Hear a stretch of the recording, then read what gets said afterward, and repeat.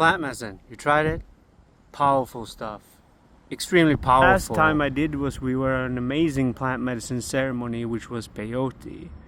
And you know what I experienced with peyote? We were up all night. It was like the shamanic setting, all the people, full ceremony. We did prayers, we did like, chantings, and there was music, and there was a fire, and all the elements, like a full thing. Very beautiful. And, we were up all night doing all kinds of meditations and rituals and prayers and eating the peyote with the reverence and your intention, but also your conscious awareness, like I'm saying, And so it's a broad topic. It truly is.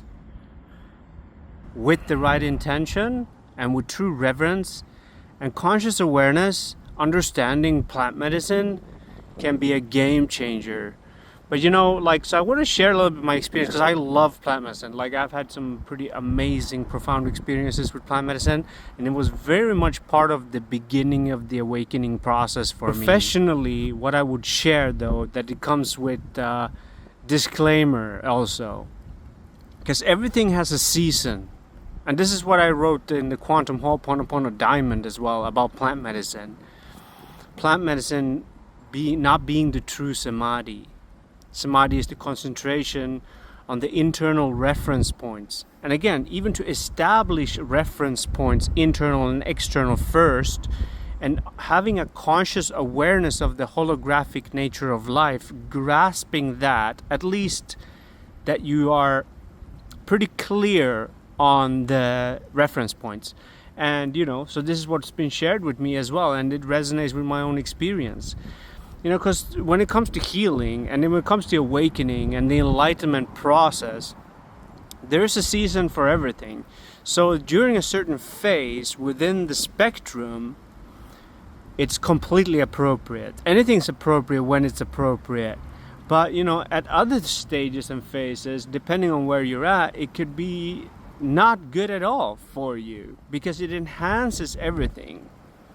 So it will enhance what is here. So if your dominant force is a negative spin, for example, and the dominant forces are influencing your reality, and you take plant medicine in the timing that is off, and in your process on the stage from where you're at is off, and the intention is off, and the setting, the environment, the setting is off, it increases the chances for you to... There is no such thing as a bad trip, really, because you get a learning curve. But you could get a learning curve, a life lesson. And it also can cause more not understanding what they were diving into.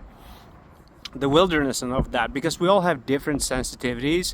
So for some of you, you're able to take it. Your psyche might be quite strong and all this. So even if you do get like quite intense stuff come up for you, it's all depends on your psychological development, your stage of evolution, your conscious awareness, your level and state of consciousness, many things that actually do matter. Like on a personal note, I'll just more free, go for it, but follow your intuition.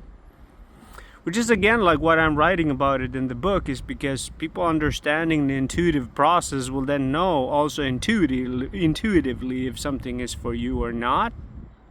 Because you're tuning into the body, you're tuning into the breath, and you're tuning into your future self, in which you will receive the message and guidance for you. I don't know what's best for anyone. I truly don't know what's best for anyone. I don't think anyone truly knows that. And I think the people that think that they know what's best for someone else are having certain kinds of illusion. Not saying I haven't got caught up in that too, but that's ego tripping. So I can't know that, but because there's no general answer to healing, so there's no general answer to enlightenment, there's no general answer to any of those things. But for sure, plant medicine always wears off, and often you get to peak into a higher state of consciousness. So I like the analogy that Ram Dass was talking about, what Neem Karoli Baba was sharing, that they can be very useful, but they're not the true samadhi.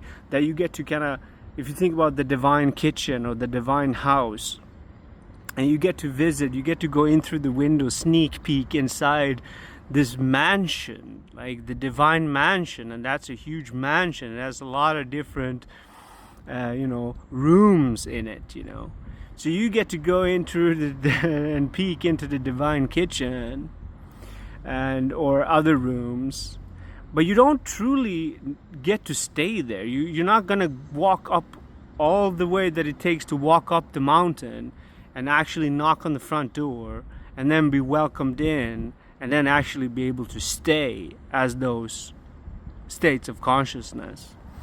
So that's the difference, because it will wear off. And then sometimes for some of us, like we could be, when it was wearing off, come back to that, then you start feeling low again, depressed, because now you're back to your standards. So you truly need a system, a ground, like a framework and a foundation to do the inner engineering, the workings, and a path, like a true lineage or path. I recommend that a lot. It's like been life-saving for me to keep yourself more grounded, and having a path where you consciously and deliberately grow and mature into all of this. Because the samadhi, the concentration, what you experience on plant medicine is absolutely your natural state, and then you go to the supernatural state. So this is something that the true meditation is building the pathways to make those states permanent, to always stay connected.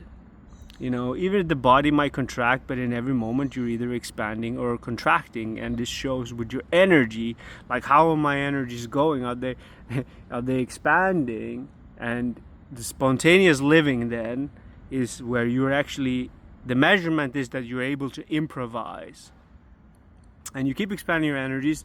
And all these visuals that you have on plant medicine, this is also what you're experiencing with your supernatural state and supernatural abilities naturally from within you, because through the mastery of this, mastery of awareness, mastery of meditation, you're building those pathways where you are seeing and experiencing visuals, and the samadhi, that ecstasy, that euphoria that you experience on plant medicine, that's all in you. You are like a super chemical factory, it's all you. So we, in a sense, don't even need something external to access the divine self that you are. You don't need it, but it can be very useful, and especially for certain stages of your evolution and in the different phases within the spectrum. You might actually need it. It'd be really amazing.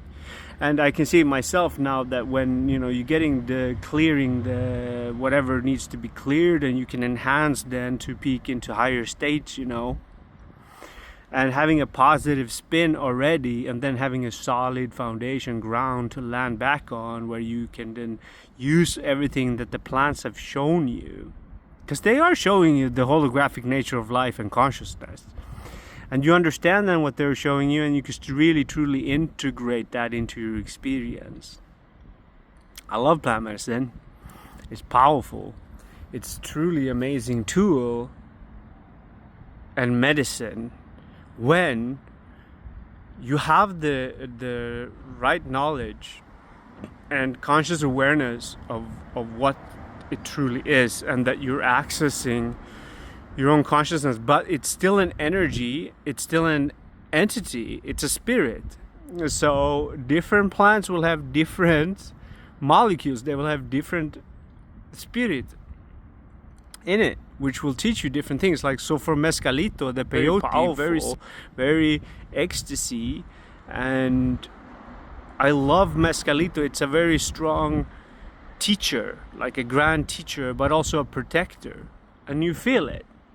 And other plant medicines could be a bit more rough on you. And again, it depends on your sensitivity. Right at this stage, I'm so sensitive. And then you get, as we grow and evolve, I know those who are like transcending influence, so they are super sensitive. So for them, they can eat like, I can't even talk about them, but I know people who are like this because I have talked with them, and you could take so much that you in order for you to even feel anything. But for me, it's like even the small doses, like it really I feel everything is just disappearing and vanishing into void, and it gets really shaky, and the energy of the frequency of all of it just really takes me off. So that's why I feel like I haven't been needing to do plant medicine, because this is the natural state. I experienced this samadhi, and I keep coming and deepening the meditation, the art of Adhara, the art of true meditation, just to go deeper and deeper and deeper. And of course, at times I have contractions, I had this and that. I'm still very much in the human mess. As long as we are in the human form, there will be human mess and humanness. So yeah, but plant medicine is amazing. Just to approach it with the sacredness of the sacred plants that it is, because that's why I wrote the book, the Mary Jane 420, because there it's like I'm sharing a lot of my spiritual truths and how I came into plant medicine and how I experienced it and what it did to me. It truly was part of the divine using plant medicine as a divine intervention in my life.